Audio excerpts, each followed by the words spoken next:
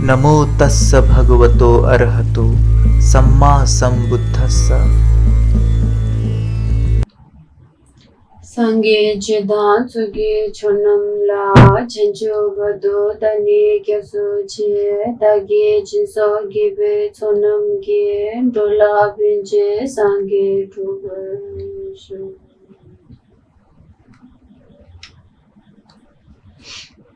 आज का हमारा विषय है समाधि पारमिता। 10 पारमिताओं में से जो 5वें नंबर पे आता है समाधि। समाधि 2 प्रकार की होती है, आर्य समाधि और अनार्य समाधि। जो आर्य समाधि है वो हमें इस संसार से निकालने का कार्य करती है, यानी कि आर्य जो समाधि ग्रहण करते हैं, और जो अनार्य समाधि है वो हमें इस संसार में बांधे रखती है। जब हम समाधि की बात करते हैं तो समाधि किसे कहते हैं? समाधि का जो डेफिनेशन है, जब हम किसी आलंबन पर अपना जो ऑब्जेक्ट होता है उस पर अपने मन को एकाग्र करते हैं, वो समाधि कहलाती है। कभी कभी जब हम किसी संगीत को सुनते हैं या फिर किसी भी सुंदर दृश्य को देखते हैं, हमारा चित्त जो है राग के वश में आकर एकदम उस पर एकाग्र हो जाता है। जब हम किसी अच्छे संगीत को सुनते हैं तो इतने उसमें लीन हो जाते हैं कि हमें बाकी कुछ सुनाई नहीं देता। और कभी कभी ऐसा होता है कि हम किसी सोच में पड़ जाते हैं और उसमें इतना लीन हो जाते हैं कि हमें घंटे घंटे हो जाते हैं, लेकिन हमें पता ही नहीं चलता कि वक्त कैसे गुजर गया। तो ये जो समाधि, ये भी एक समाधि का ही रूप है, लेकिन ये जो समाधि है वो जो हम जिसकी अभी बात करते हैं धार्मिक तौर पर, वो वाली समाधि नहीं है। ये हमें संसार में बांधे रखती है, क्योंकि ये जो हम एकाग्र हो रहे हैं वो किस वजह से हो रहे हैं? राग की वजह से हो रहे हैं। हम राग से विवश होकर उस चीज पर आलंबन बनाए रखते हैं। जैसे हम बगुले की बात करें तो वो जब अपना शिकार करता है मछली को पकड़ने के लिए, वो पानी में एक पैर पर खड़ा रहता है घंटों घंटों तक, क्योंकि अगर वो हिला तो मछली वहां आएगी नहीं। तो जब हम बगुले की बात करते हैं तो चित्त एकाग्र करने का जो उपमा है उसमें बगुले का भी उपमा दिया जाता है सूत्रों में। लेकिन ये जो समाधि है, जो एकाग्र रहने मात्र की, वो जो है इतनी खास विशेष नहीं है। जब हम समाधि की बात करते हैं तो हम जो परम सुख की ओर ले जाने वाली समाधि, जो हमें इस संसार से निकालने वाली समाधि, उसके बारे में बात करते हैं। तो समाधि को प्राप्त करने के लिए हमें किन प्रकार के स्टेप्स का जो है प्रैक्टिस करना होता है, उसके बारे में जानना जरूरी होता है। जो समाधि होती है उसमें जो शमत और विपश्यना, जो मूल रूप से मुख्यतः 2 जिनकी हम आमतौर पर बात करते हैं। शमता यानी कि जब हम किसी वस्तु पर एक चित्त एकाग्र करते हैं बिल्कुल, और जो चित्त की एकाग्रता है वो खुद ब खुद आ जाती है। हम किसी भी चीज पर जितने भी घंटों तक हम रहना चाहते हैं रह सकते हैं, जब हमें शमत की उपलब्धि हो जाएगी। उसके पश्चात जो है विपश्यना। विपश्यना का मतलब क्या होता है? विपश्यना मतलब आपने कुछ जो है खास देख लिया है, जो हम नॉर्मली देखते हैं उससे भी आपने कुछ खास देख लिया है, श्रेष्ठ देख लिया है। जब शमत का प्रैक्टिस करते करते एक दिन आपका चित्त इतना आपके अधीन हो जाएगा कि आप चाहे उसे जितने देर तक एकाग्र रख सकते हो, साथ ही साथ आप क्या कर सकते हो, उस पर विजुलाइज यानी एनालिसिस भी कर सकते हो उस चीज पर, उस वस्तु पर, कि ये किस प्रकार का है, कैसे बना है। साथ शमत भी रह सकते हैं। आपको दोनों जो है युगल रूप से आप उसका प्रयोग कर सकते हो जब आपको विपश्यना जो है आपके अंदर उत्पन्न हो जाएगी। तो सबसे पहले जो शमत है, शमत को अगर आप प्राप्त करना चाहते हैं, अगर आप शमत का प्रैक्टिस करेंगे अच्छी तरह से, तो आपको 1 साल के अंदर भी, जब दलाई लामा जी कहते हैं कि इसे अगर आप अच्छी तरह से करोगे तो 6 महीने के अंदर भी आप शमत की जो आपके अंदर प्राप्ति हो सकती है। शमत को प्राप्त करने के लिए सबसे पहले आपको शुरू में जो है मेडिटेशन करते समय जो आनापानसति है उससे जो आप प्रैक्टिस धीरे धीरे करते करते, क्योंकि जो हमारा मन है ये बारीक चीजों की ओर ही दौड़ता है। हमारा मन बहुत चंचल है। जैसे एक बंदर की उसमें उपमा दी जाती है, जैसे एक बंदर जो है एक डाली से दूसरी डाली पर उछलता कूदता रहता है दिन भर, वैसे ही हमारा मन है। इस मन को शांत करने के लिए हमें उसे क्या एक आलम्बन देना होगा, ताकि वो उस आलम्बन पर टिका रहे। वो आलम्बन पर टिक नहीं पाएगा, क्योंकि उसका स्वभाव ही वैसा है। जब एक घोड़ा होता है, उस घोड़े को जब वो घोड़ा अभी टैम नहीं हुआ होता है, उसको वश में नहीं किया गया होता है, तो वो किसी भी काम करने में, कुछ भी काम जब उसके ऊपर चढ़ते हैं तो वो लोगों को गिरा देगा। दौड़ता दौड़ते वो रुकेगा नहीं कभी। लेकिन जब वो वश में, काबू में आ जाता है ट्रेनिंग देने के बाद, तो उसको जो भी बोले वो समझ जाता है। वैसे ही जो हमारा चित्त है, जब तक हम उसे ट्रेनिंग नहीं देंगे तो वो इधर से उधर कूदते रहेगा, हम चित्त के वश में आ जाएंगे।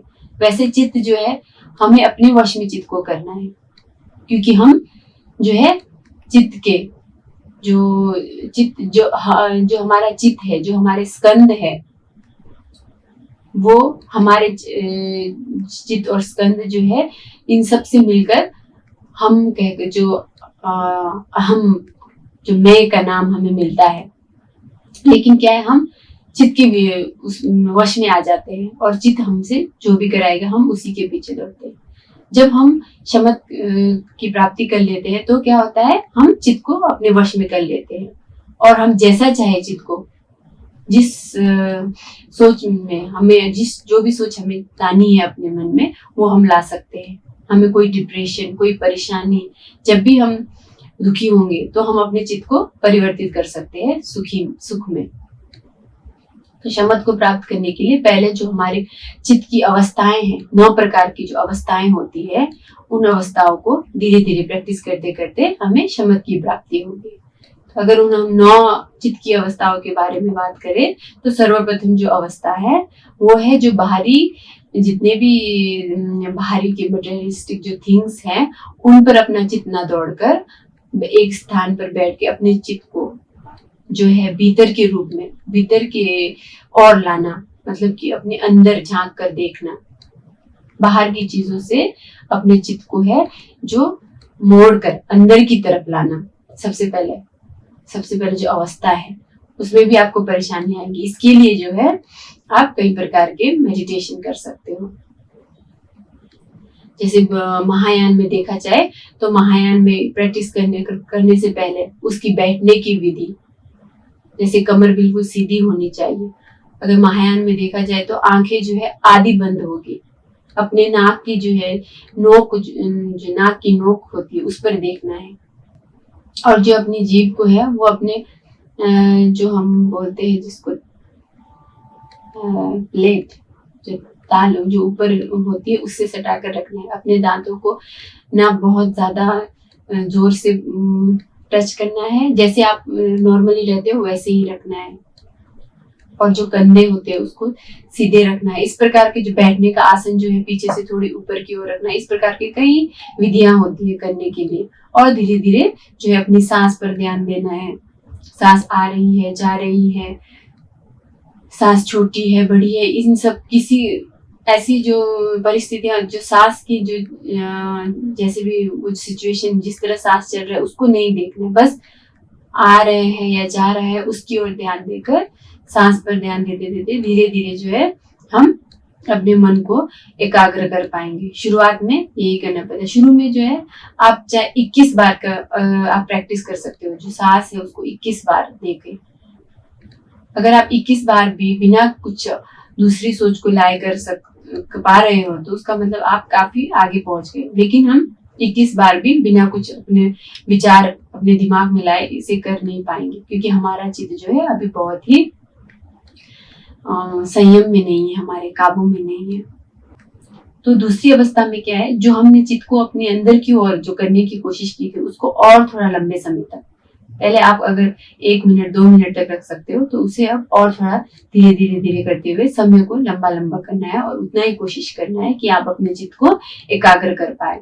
और तीसरी अवस्था में जब आप अपने चित्त की अवस्था जब एकाग्र करने की कोशिश कर रहे हो, बीच में ऐसा होता है कि आप भूल जाते हो कि आप प्रैक्टिस कर रहे थे, मेडिटेशन कर रहे थे, चित्त को एकाग्र करने की कोशिश कर रहे थे, और आप जो है सोच में पड़ जाते हो अपने फ्यूचर की प्लानिंग्स में, या फिर अपने पास्ट में, या फिर अपने जो भी आपने दिन में किया है सुबह से लेकर दैनिक जो आपकी दिनचर्या होती है उसके बारे में सोचकर, जो आपके साथ अच्छा हुआ है उसके बारे में सोचकर, जो आपके साथ बुरा हुआ है उसके बारे में सोचकर जो आप खो जाते हो उसी में। लेकिन तब आपको क्या करना है, आपको अपनी याददाश्त वापस लाना है, स्मृति से को जगाना है और उसे वापस लाना है। जो आप भूल जाते हो उससे वापस लाना है तीसरी अवस्था में। जो भूलने की जो हमारी आदत होती है उससे रोकना है। और चौथी अवस्था में हमें स्मृति का बल प्राप्त हो जाता है और हमारा जो चित्त है वो बिना किसी एफर्ट के वो खुद ब खुद उस आलंबन पर हम रख पाते हैं, बाहर की और नहीं दौड़ता। उसके बाद जो है पांचवी जो चित्त की अवस्था है उसमें हमें क्या है, जो स्मृति के बाद जो है हम जब समाधि का जो लाभ होता है उसके बारे में सोचकर और भी समाधि की ओर चलते हैं। और छठवीं उसमें जो है जो समाधि का ऑपोजिट होता है जिससे हमारा मन बार बार विचल होता है, उसकी जो हानियां हैं उनको सोचकर उसे जितना हो सके त्यागने की कोशिश करते हैं। और सातवीं अवस्था में जो है हमारे अंदर उस समय जो जब हम समाधि कर रहे हो समाधि में बैठे होते हैं, हमारे अंदर अटैचमेंट इत्यादि जो है, नींद आना, जो भी हिंड्रेंस है वो उस समय नहीं आते। जो आठवीं अवस्था है, आठवीं अवस्था में जो शमत की जो मेन हिंड्रेंस है, दो प्रकार की जो हिंड्रेंस है, जो उंगना और विवेचना, जो दो प्रकार के हिंड्रेंस होते हैं। यानी कि पहला वाला जो है जब हम समाधि में लीन होते हैं तो हमारा जो शरीर है एकदम सुस्त हो जाता है, नींद सी आने लगती है और हम उसी में समाधि में बैठे बैठे ही हमें पता ही नहीं चलता, हम उसमें डूबते नहीं, लेकिन क्या है हमें एकदम हमारा शरीर जो है सुस्त होकर बिल्कुल वो हो जाता है, नींद की तरह आना शुरू हो जाता है। और जो दूसरा है उसमें क्या है, हमारा जो समाधि है वो अच्छे से चल रही है, लेकिन हम क्या करते हैं उसको और भी ज्यादा खींचते हैं, जो हमारा आलम्बन है उस पर और भी ज्यादा फोकस करते हैं। वो बिल्कुल ठीक जा रहा होता है लेकिन हम उस पर और प्रेशर डाल देते हैं, वो भी एक हिंड्रेंस है। तो ये जो दो प्रकार की हिंड्रेंस है ये भी नहीं आते और हम समाधि में आसानी से बैठ पाते हैं। जो नौवीं प्रकार की जो नौवीं जो अवस्था है उसमें क्या है, हम अपने आलम्बन पर जितना जाए जितने देर तक हो सके अपना चित्त रख सकते हैं, एकाग्र रख सकते हैं। लेकिन अभी भी हमें जो है जो शमत है, शमत की प्राप्ति नहीं हुई। अब शमत प्राप्त इसके बाद जो नौवीं अवस्था के बाद जो है हमारे मन में जो है एक अलग प्रकार का जो सुख का हमें जो अनुभूति होगी, सुख की अनुभूति होगी। उसके बाद जो है हम अपने चित्त पर जितनी देर तक हो सके बिना किसी रुकावट के अपने आप ही हमारा चित्त जो अपने आप ही उस चित्त पर एकाग्र, हमें कोई भी एफर्ट नहीं लगाना पड़ेगा, कोई मेहनत नहीं करनी पड़ेगी उस चित्त आलम्बर पर अपना चित्त करने के लिए, तब जाके क्या है हमें शमत की प्राप्ति होगी। उसके बाद जब हम शमत का प्रैक्टिस करते धीरे धीरे जब हमारा चित्त जो है शमत में जो समाधि में बैठे बैठे ही हम उस वस्तु की वास्तविकता को जानने की कोशिश करते हैं और हमारा चित्त तब भी जो है विचलित नहीं होता, तो हमें जो है धीरे धीरे जो विपश्यना का जो लेवल होता है, जो स्तर होता है, हमें प्राप्त हो जाता है। विपश्यना और शमत को जब उपमा दी जाती है तो जैसे एक मोमबत्ती या फिर दिया जब जलता है, जब बिना हवा आए जब दिया जलता है तो वो बिल्कुल सीधा होता है, लेकिन जब हवा चलती है तो वो दिया फड़फड़ाता है। जब दिया फड़फड़ाता है तो उसकी रोशनी से जो है अंधकार दूर हो जाता है, लेकिन जब हम उस दिए की रोशनी में कुछ लिख रहे होते हैं तो वो फड़फड़ाने लगेगा, तो हमें दिखेगा नहीं, कभी और रोशनी देगा और कभी अंधेरा कर देगा। लेकिन जैसे ही हवा का स्तर कम हो जाएगा, वो सीधा चलेगा तो रोशनी पूरी तरह से फैल जाएगी। उसी तरह जो फड़फड़ाता हुआ जो दिया है वो शमत के का उपमा है, और जो सीधा जल रहा जो दिया है वो विपश्यना की उपमा देते हैं। और उसी के साथ जो कुल्हाड़ी होती है, कुल्हाड़ी जो अगर जिसे उस कुल्हाड़ी को हमने तेज धार नहीं है उस कुल्हाड़ी में, तो वो शमत, और जिसमें तेज धार है जिससे वो अच्छे और बुरे का जो वस्तुओं की जो वास्तविकता है उसको जान पाएगा, अलग कर पाएगा, वो जो तेज कुल्हाड़ी की उसमें उपमा दी जाती है। तो समाधि जो है शमत और विपश्यना से धीरे धीरे करके जो समाधि का जो लेवल होता है, जो अभी जो हम काम लोक में है, उसके बाद जो रूप लोक, फिर अरूप लोक। जो रूप लोक में है उसमें 4 प्रकार की समाधियां होती है, 4 प्रकार के स्टेट जो होते हैं। जो प्रथम समाधि, द्वितीय समाधि, तृतीय समाधि, चौथी समाधि। समाधि जो है केवल बुद्धिस्ट ही नहीं, हिंदुओं में भी बहुत प्रसिद्ध है। हिंदू लोग भी समाधि को प्राप्त कर सकते हैं। उसके बाद अरूप लोक में जन्म लेते हैं। बिना समाधि के जो है रूप लोक और अरूप लोक में जन्म नहीं होता। तो समाधि से जो है हम रूप लोक और अरूप लोक में जन्म ले सकते हैं। ये जब समाधि का प्रैक्टिस करते हैं तो जो काम लोक की जो 5 प्रकार की जो इंद्रियों का जो विषय होता है, जैसे नाक, कान, जीभ, आंखें, आंखों का जो विषय होता है, सुंदर जो भी अगर हम वस्तु देखें, कानों से स्वर सुनते हैं, जीभ से हम स्वाद चखते हैं, शरीर से हम स्पर्श करते हैं। ऐसे जो 5 प्रकार के होते हैं उनसे उनको हमें दोष, उस समय दोष देखते हैं। और जो ऊपर की जो भूमियां होती है, यानी कि जो रूप लोग और अरूप लोग जो होते हैं, उनको गुण के रूप में देखते इस प्रकार का जो मार्ग है उसे प्रैक्टिस करके रूप लोग और अरूप लोग में पैदा होते हैं।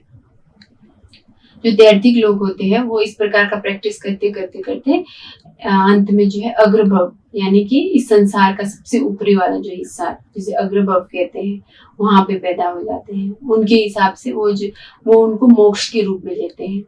अब जब वहां पहुंच जाते हैं तो उनको अपने जीवन का जो पिछले जन्म, अगले जन्म सब दिख जाता है। तब उनको पता चलता है कि अगले जन्म में जो उनको दोबारा से अगला जन्म लेना है। तब जाके उनको ये ज्ञान होता है कि जिसको मैंने अभी तक मोक्ष समझा था वो असल में मोक्ष नहीं है।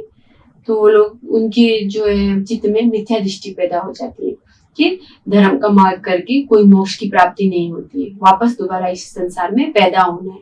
तो मिथ्या दृष्टि जो है 10 अकुशल कर्मों में से सबसे खतरनाक होती है, क्योंकि अगर ये पैदा हो गई तो सीधे हम नरक में पैदा होते हैं। क्योंकि इसी के कारण जो मिथ्या दृष्टि, जो अगला जन्म नहीं है, पिछला जन्म नहीं है, सर्वज्ञता, अहरत का कोई हम में अहरत बोले जाने वाली जो भी चीज, ऐसी कुछ भी नहीं है, बुद्ध नहीं है, ऐसा प्रकार का जो मिथ्या दृष्टि होती है, वो जो है सबसे बड़ा पाप होता है। उससे हमें नरक में जाना होता है। तो उस व्यक्ति जब वो अग्रभव में पैदा होता है, उसे वैसा दिखता है, अगले जन्म में उसको दोबारा जीवन लेना है, दोबारा जन्म लेना है, ऐसा देखकर उसमें मिथ्या दृष्टि पैदा हो जाएगी। मिथ्या दृष्टि पैदा होने के बाद वो क्या होता है, सीधा नरक में पैदा होता है। लेकिन जो बुद्धिस्ट है, बुद्धिज्म में जो बुद्ध ने जब प्रैक्टिस की, जब समाधि से अपने शक्ति, जो समाधि में लीन हो के जब वो उच्च स्तर पर पहुंच गए, तो उन्होंने देखा कि ये आखिरी समाधि नहीं है, इससे ऊपर भी उठकर और भी जो है बुद्धत्व का जो निर्वाण है उसका पद हमें अभी प्राप्त करना है। ये देखकर उन्होंने और जाके आगे मेडिटेशन किया और धीरे धीरे जो है निर्वाण की प्राप्ति हुई और सर्वज्ञता को प्राप्त किया। तो समाधि के कई लाभ होते हैं। जो समाधि से ही हमें रिद्धि बल मिलता है, जिससे हम अपने पूर्व जन्म, अगले जन्म, पिछले जन्म सब कुछ देख सकते हैं, दूसरे के मन को जान सकते हैं, दूसरे के मन में क्या बात चल रही है वो जान सकते हैं। इससे क्या होता है, अगर हम दूसरों का भला करना चाहते हैं, दूसरों को जो निर्वाण की तरफ ले जाना चाहते हैं, तो हम क्या उसकी मन की दशा को जान सकते हैं और उसके अकॉर्डिंग ही उसको जो है टीचिंग देंगे, उसके अकॉर्डिंग उसको जो चाहिए हम उसको लाभ करवा सकते हैं, उसको उस दुख से निकाल सकते हैं। तो जो 5 प्रकार के जो रिद्धि बल है वो भी दूसरों के भला करने के लिए बहुत ही जरूरी है। उससे आसानी हो जाएगी दूसरों का हित करने में। और समाधि जो हम मेडिटेशन के कहते हैं, जिसे जब हम मेडिटेशन करते हैं, एकाग्रता की जो मेडिटेशन करते हैं, उससे कई लाभ होते हैं। हमारा मन एकाग्र होकर जिस भी काम पे हम अपना फोकस करना चाहे उस पे कर पाएंगे और अपने गोल को जल्दी प्राप्त कर पाएंगे। हमारी बुद्धि जो है वो एकदम तीव्र हो जाएगी। हमारा मन इधर उधर नहीं भटकेगा, हमारा मन शांत रहेगा। मन शांत रहेगा तो हमारा जो शरीर है उसमें भी बीमारियां नहीं आएंगी। आजकल के जमाने में जितनी भी ज्यादातर बीमारियां हैं वो मानसिक तौर से ही, मानसिक हमारा जो संतुलन है वो अच्छे से नहीं रह पाता, बिगड़ जाता है, इसीलिए ज्यादातर बीमारियां आ जाती है और धीरे धीरे जो है गंभीर बीमारी का रूप लेती है। अगर हमारा चित्त प्रसन्न रहेगा, चित्त प्रसन्न रहेगा तो हमारा शरीर भी ठीक रहेगा। चित्त प्रसन्न रहने के लिए हमें क्या है, अपने चित्त को प्रैक्टिस दिलाना है। जो चित्त अभी बिल्कुल चंचल है उसको डिसिप्लिन देना है। जैसे हम अपने शरीर को एक्सरसाइज देते हैं और उसे सुडौल और एकदम अच्छा शरीर बनाते हैं मोटापा से दूर करके, वैसे ही हमारे चित्त को भी एक्सरसाइज देने की बहुत जरूरत है। अगर आप चित्त को एक्सरसाइज दोगे तो आप हमेशा खुश रहोगे। आजकल जितने भी जो संसार में मुश्किलें आ रही हैं या फिर लड़ाई झगड़ा, वर्ल्ड में जो वॉर होता है, एक देश से दूसरे देश में, एक धर्म से दूसरे धर्म में जो लड़ाइयाँ होती है, वो सब क्या है, हम अपने चित्त को प्रैक्टिस नहीं देते, डिसिप्लिन नहीं करते, उसकी वजह से। क्योंकि हमारे चित्त में जो एक दूसरे के लिए वैर है, एक दूसरे के लिए गुस्सा है, किसी से अटैचमेंट ज्यादा है, अपना और मैं, पर की भावना, स्व और पर की भावना बहुत अधिक है। जब आप अपने चित्त को डिसिप्लिन दोगे उसे उपेक्षा की भावना में, जैसे 4 प्रकार के जो होते हैं, मैत्री, करुणा, उपेक्षा, मुदिता, ये 4 प्रकार के जो मेडिटेशन है, अगर आप इनको बार बार हर सुबह करोगे तो आपके चित्त को प्रैक्टिस मिलेगा। और धीरे धीरे जब आपके मन में उपेक्षा की भावना जागेगी तभी आपका मन जो है धीरे धीरे एकाग्र होगा। जब तक आपका मन मैं और दूसरा, स्व और पर की भावना में डूबा रहेगा, आपका चित्त जो है हमेशा जो है डगमगाता रहेगा, हमेशा आपके चित्त में उछल कूद चलती रहेगी।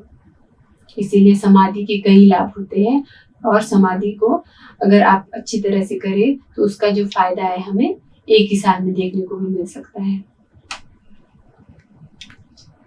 आज समाधि के बारे में हमने जितनी भी हो सके जानकारी देने की कोशिश की। अगर आपको समाधि से संबंधित और कोई क्वेश्चन हो तो आप कमेंट बॉक्स में दे सकते हैं। जब बाबू जिद खिम्बादा कुंदु सांगो देया देशे दे देदा कुंगी जेसो दालु केवा दिदा थमच रब्दु दिसुम शिबे गेवा थमजीगी हुआ गाना छुदु बादे दगी गेवे चावा दिगु सांबो जुजी रब्दु मोरेगी छाजे वादा जुजी शबादा जिसु हिरंग कुजे सो केवा जुसे दगी जिसा बा थमजे जोबे चंजु चिबु